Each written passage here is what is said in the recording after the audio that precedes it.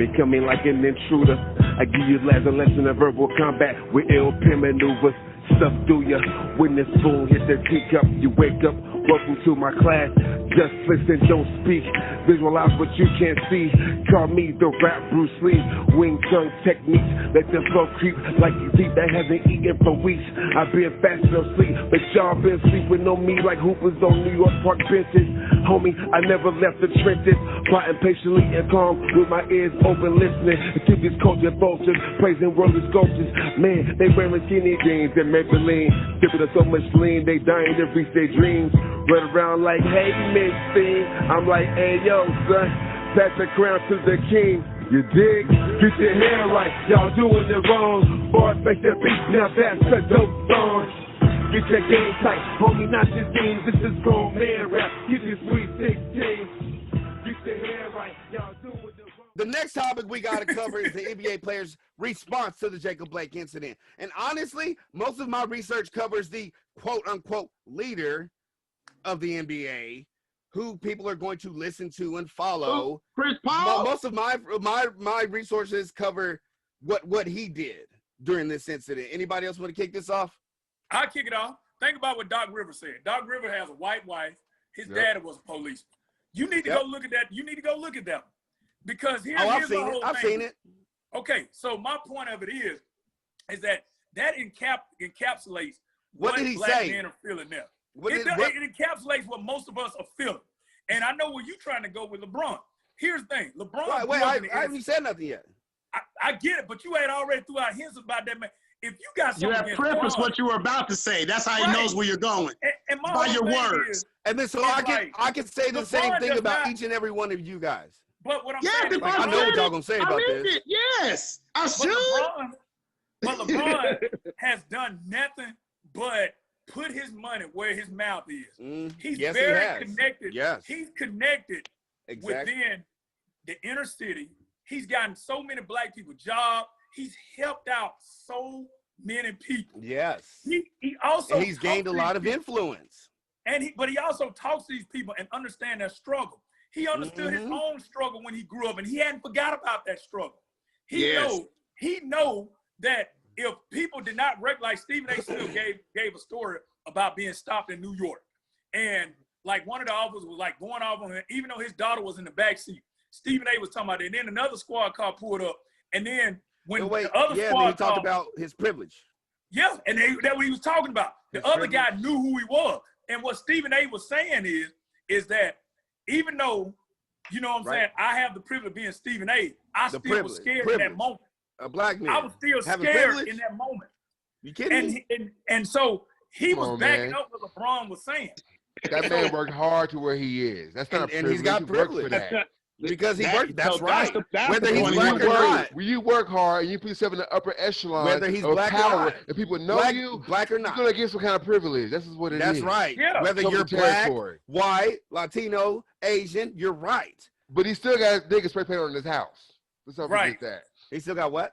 Nigga spray painted on his house. Who, LeBron did? Yes, sir. He did. You know what I'm saying? So it doesn't exempt him from being a nigga, you know what I'm saying? Because he's still, but his power, what he's worked for in his life, you know what I'm saying, giving him privilege. It just doesn't exempt him from idiots and ignorant people. There's always going to be them out there, even on the law enforcement. Doesn't mean all of them are bad. What we're saying is that these microaggressions. Like even if you look at think about how many Kyle Rittenhouses are in the police force right now. His ultimate dream, Kyle Rittenhouse, before he did what he did, his ultimate dream was to be a police officer. So think about if he would have actually got there. Okay, you know how many Jacob Blakes are there? But think about how many Jacob Blakes are there? I mean, we don't know. How many Jacob Blakes are there? How many Dylan Roofs are there? You know what I mean? Yeah, how many Dylan Roofs? Wait, hold on. Do you all even know what a Jacob Blake looks like? What are you talking about? Someone who sexually assaults, someone who sexually assaults women, someone who resists arrest. Okay. Someone who steals the keys to his baby mama's car. Now let me ask you this. Sounds like a domestic terrorist to me. Now what I'm saying is, was he proven guilty in the court of law? What are you talking about? The sexual assault terrorism that the domestic terrorists are talking about. Was he convicted in the state of law? In the court of law? and get it proven whether he was there a guilty warrant or is the question. We know there was a warrant. Okay, that could have been for questioning. So that means there was anything. enough evidence. There was enough evidence to obtain that warrant. Not necessarily. It could have been a lie. Think about the guy. Remember the guy from USC? It could have been. A lot of things could be lies. You're right. I'm just saying it could have been. Now, I'm not saying that it was, but what I'm saying is he needed to have his day in court. He get his day in court. He's gonna get his day in court. But that's what I'm saying. And that's innocent until proven guilty. Right. In a wheelchair, unfortunately. Don't shoot him 7 times in the back and kill him. What you say? In a wheelchair, unfortunately, huh? Yeah. Because, nobody wants to see that happen to anybody. Right. That doesn't mean that he was right. I'm not saying he was right, but I wish that he wouldn't have got shot. And I wish that his children didn't have to experience that trauma, man. But I appreciate you saying that. I think that's what that's all people want right there. But listen to me. But see, this is why are we in a society now where if your truth is different than me, then that means you have no sympathy. Because and you express this on Facebook too, like, where's your heart at? You believe, man, I feel for this. I feel more for his children because I believe this man could have stopped his children from having to go through that. But I agree. But I'm like, God, I don't want to see nobody get shot, especially it's not okay. Thank God that he's alive. Yeah. I thank God that he's alive.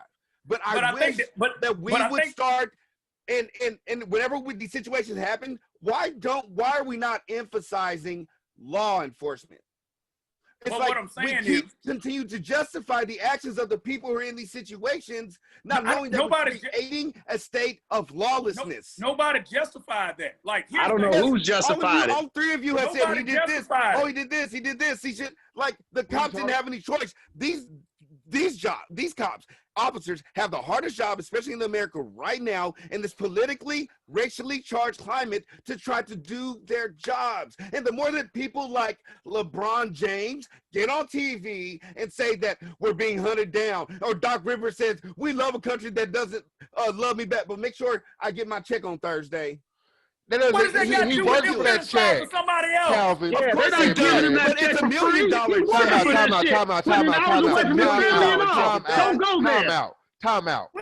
out. Calvin. Now, you're mad at us because I'm not mad. Trust, I'm not mad. I'm just passionate about this thing. Because you just said these 3. So I got 3 guys. You were talking about us. You were talking about us. You individualized. I said I was mad? Well, I'm not mad, but the way you said it seemed like you was mad. I feel you. I feel you 1,000. I know how you get down. My thing is, if you're looking at it from a different perspective. You're looking at it, from the right and wrong, good and evil. You're seeing it. Is that the way we're supposed to look at it? No, sir. You're seeing it black and white. It's not black and white. No, okay, not black and white. Go back to right and wrong. Go back to right and wrong. Stay with right and wrong, Calvin, because, sir, you're thinking about logic. Not everybody thinks logically. Not everybody thinks rationally. Is that listen, that's not see, that's not logic nor ration. That's inherent. Right and wrong. Most people know. It's bad to steal. It's bad to kill. It's bad to. Of course it is. You have to respect law enforcement and you have to respect the laws of the land.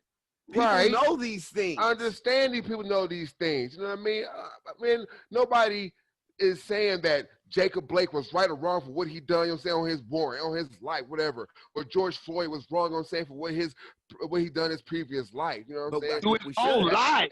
We're judging him off of one example to his own life. Are the fact that we feel as black men, and black men should feel this way, considering the fact we was oppressed for 400 years. Let's not forget that history. 400 years has nothing to do with right now. No, I said oppression. You know what I mean? And no, yes, it does. It's because, like you said, it's a thing that's programmed into our nature from the beginning of time, apparently. It's because instead of them want to converse with us and try to bring us, if they feel that threatened about a black man, then send a black officer then. How about that? If you're that scared to do your job. Who's saying that they feel threatened? They did not come to this place. They didn't come to Jacob Blake, guns blazing, man. And they tried to taser him and tackle him. If this would have been bad if they immediately shot that man. Man, they exhausted other avenues. Why? Because obviously they didn't want to shoot the man. No, because they were scared to death. You know what I'm saying? So as soon as he got they to were his scared, vehicle, then they would have shot first. They might as well should have shot first. They were scared. You saw how far back they were from him. It's a shame. You know what? It's a shame that they have to be scared. It is a shame. It's because they are trained. You know if you're saying they're scared, it's a shame that an individual, I'm not talking about all black people, but an individual when dealing with law enforcement would be so aggressive, especially when they were in the wrong. The cops were but called we on also this see, man. but we also hey, can I tell you a story real other fast? People being aggressive toward law enforcement, and law enforcement practice I see what you're saying. And though they were wrong in those situations, that's why we take every situation. The videos that we see of them allowing white men to hold knives this close to them and continually try to come at them and they don't get shot is wrong. It's wrong.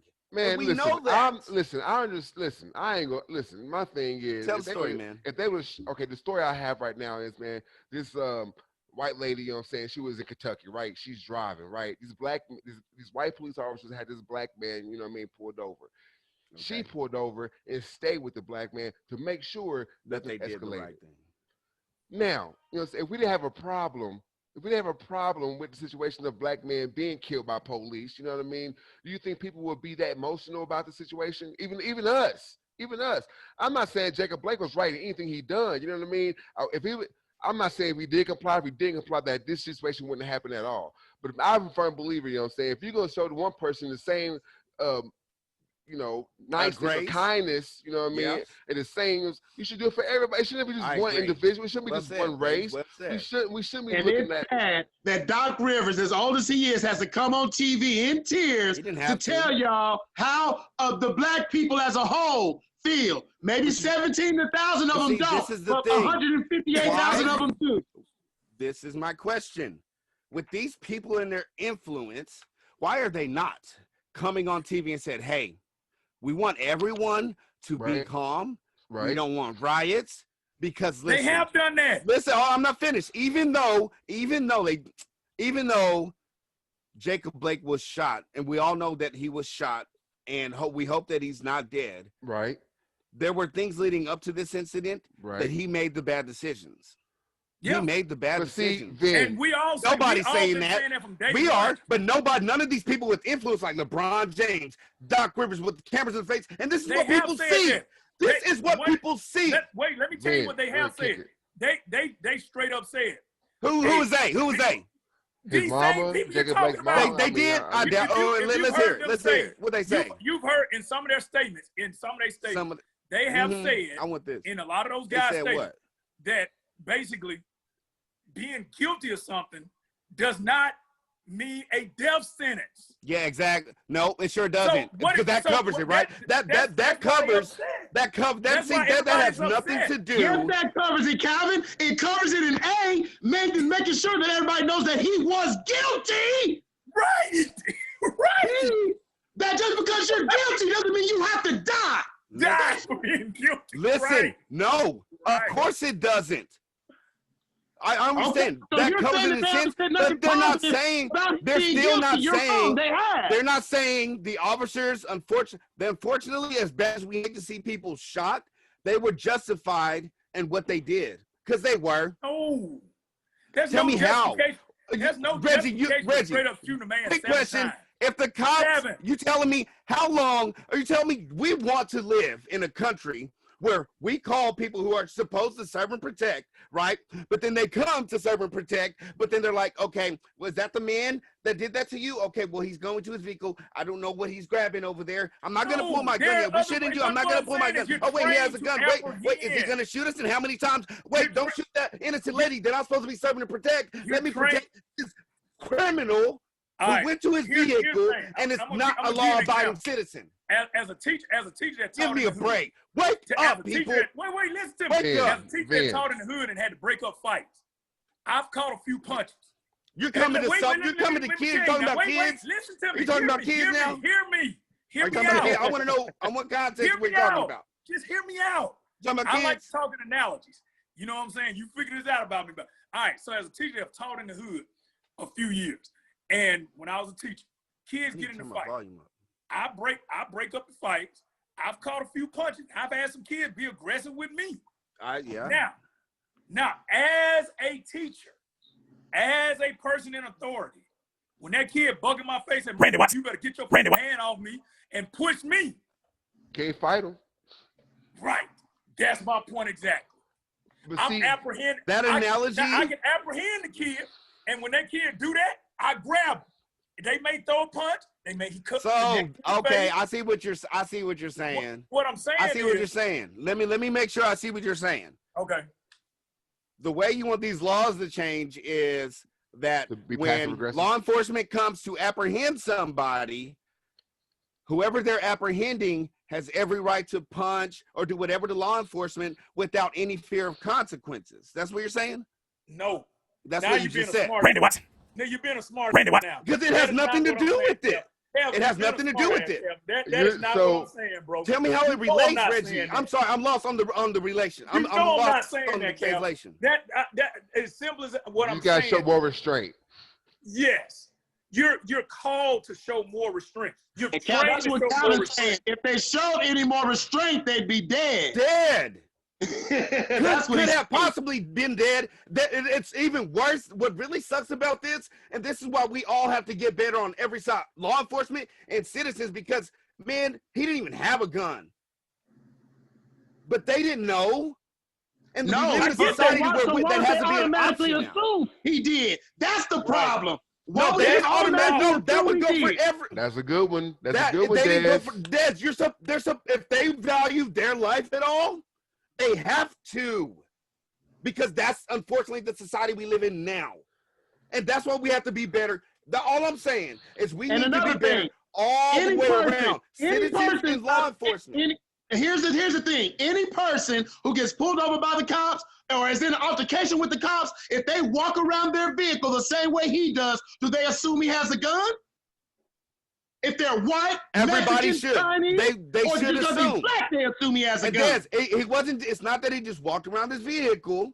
It's that he opened the door and reached in the vehicle. Of course, Calvin, he wouldn't have walked around, but of course to get in. I'm just saying, anybody else who did the same thing he did, especially if they were after not already black, seeing the a same knife. thing have happened. But see, you got to understand, it's not just that they're walking around. He's already resisting arrest. We put tasers in. He has a knife. I don't care specific. Anybody who did it the same way he did, they should. Black, they unfortunately white, they Johnny, should face the exact same consequences. With 7 gunshots in their back. Unfortunately, they should face. Unfortunately, I wish it wasn't 7, but unfortunately they're going to get shot because the officers. But that is not happening every day. But not 7. Not 7, sir. Listen, and that's another thing. We can't say, we can't sit here and say it doesn't happen every case with every white person. We cannot sit here and say that. We've seen people get in fights with police and jump in the patrol car and steal it. Yeah. There are numerous videos. I'm not going to allow us to sit here without actual facts and say that every white person who does a situation, there's never been a white person shot by police. We're not going to run that false narrative. No, we're not running that game. What we're saying is what I'm saying. Nobody said that. Right. Nobody said that. Every time we talk about this situation, here comes another example of when a white person didn't get shot. We know it's wrong. Because the thing about it is that's cool. What we're saying is that the whole point of the protest, is the what? Aggression. And what are they protesting? In the Jacob Blake situation, what are they protesting? It's excessive. What happened? They're protesting excessive force. Yes, police brutality. The chance is 777. He's on his way to heaven. Why? 777. Listen. Okay, so our cities need to be burned down because of a man. That's protesting, bro. That's protesting. Listen, if y'all ain't watching the news, I don't know why, because these aren't just protests. There's some protests, but the majority of these are riots. Yes. They're not protests. No, because the people are done protesting. They're going to riot to prove their point. They're done protesting. Wow. They've been protesting at riots since the beginning of time, bro. Calvin, in their eyes, they protested enough. And Calvin, don't forget what Martin Luther King said. Martin Luther King said this. Yeah, I know. And people are going to use that as that's to me. No, that's not using it. That's just understanding. Bro, that is understanding the biological mindset they're going to use that to support the that narrative. Is not that. But Kevin, that goes on in every country where people are oppressed. What about the Berlin Wall? That's the thing. What about every country where people feel like if we they look, get treated? Civil rights movement was what, 50 years ago? In the world, you're gonna see that. Yeah, civil rights were passed what, 50 years ago? They do that.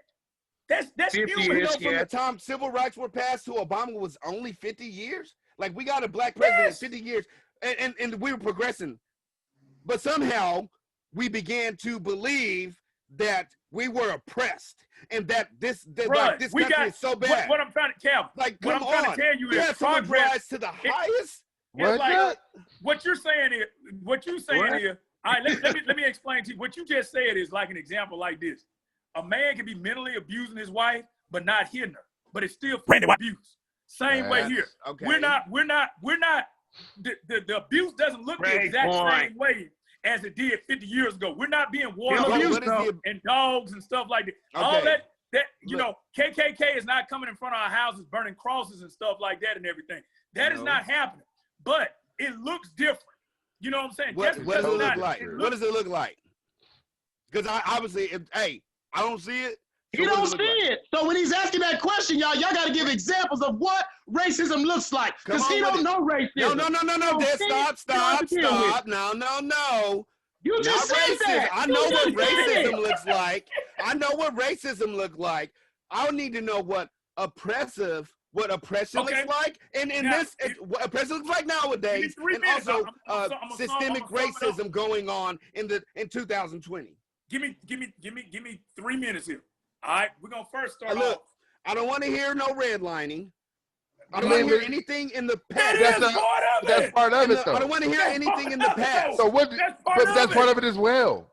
In the past, Calvin? redlining does not affect. So what you want to talk about? Our own jobs? Right. Redlining does not affect us. You know, education is funded through taxes. Education is funded through taxes, right? When you redline and you say, "Oh, this," when you talk about that, that's going to make less money in those communities, and they got to have a school. So guess what? You're going to get less. You're going to get the worst educators. Right, so you're not going to have all the resources. I agree. You need. So on the flip side, let's hold on. Oh, let's argue that point real quick because I feel you. I feel you. But so on the flip side, when somebody comes in and say, "All right, let's build." Can I give you one more example before you go? Wait. Let me give you one more example. I only heard one. I'm gonna give you another one. Let me give you this one. You only needed one. You said, give me one example where oppression is still alive in 2020. And he gave you that one you needed. And I'm gonna give another. I'm gonna give another that people don't know about. I'll also explain why that's not oppression. Wait. Listen. All right, think about all the people that have to make decisions on Black lives. They're usually middle-aged white people. Wrong. Now, wrong. That's wrong. Wrong. That's not true. Let's look it up right now and look at the representation. Let's look at the representation in each major city and each major city in this country. Let's look at the representation.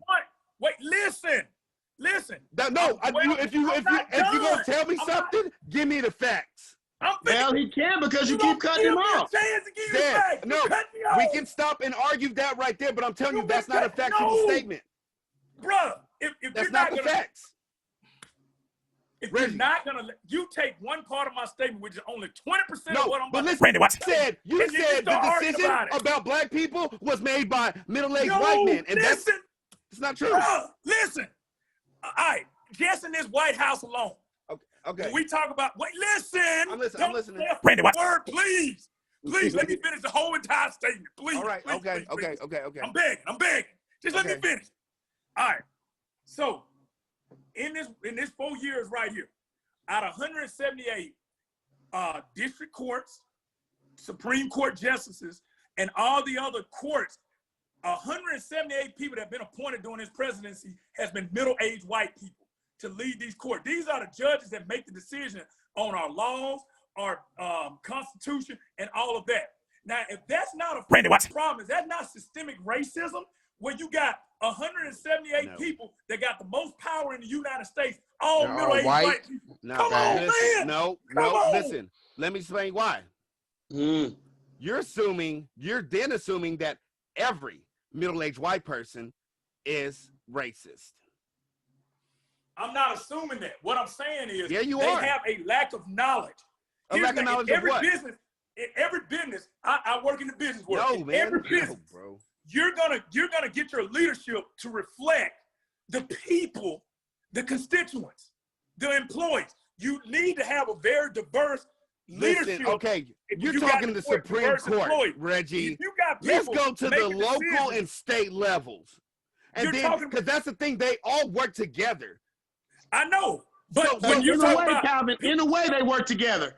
But they passed bills at the House level, sent it to the Senate, and the Senate dubbed it down. Wouldn't pass it along. So no, they don't all work together, brother. And when you talk they're about all supposed to work together. Now let's talk about supposed to maybe do different story.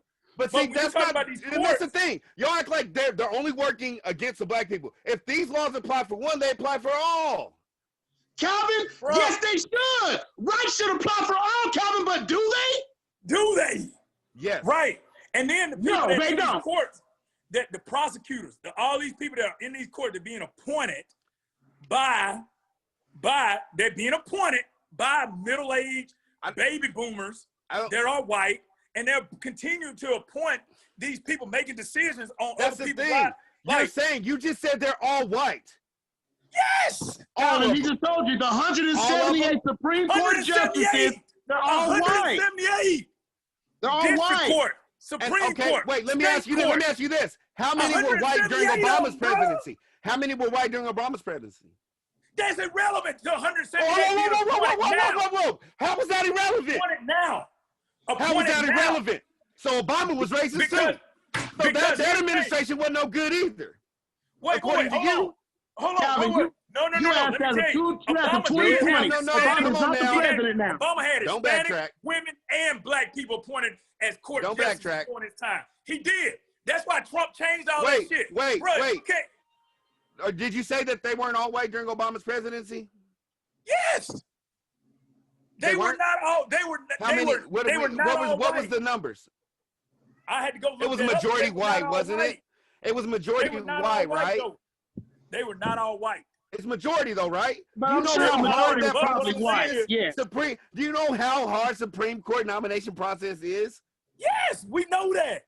But what I'm saying is, the administration was proactive in getting women, blacks, and Hispanics into those positions.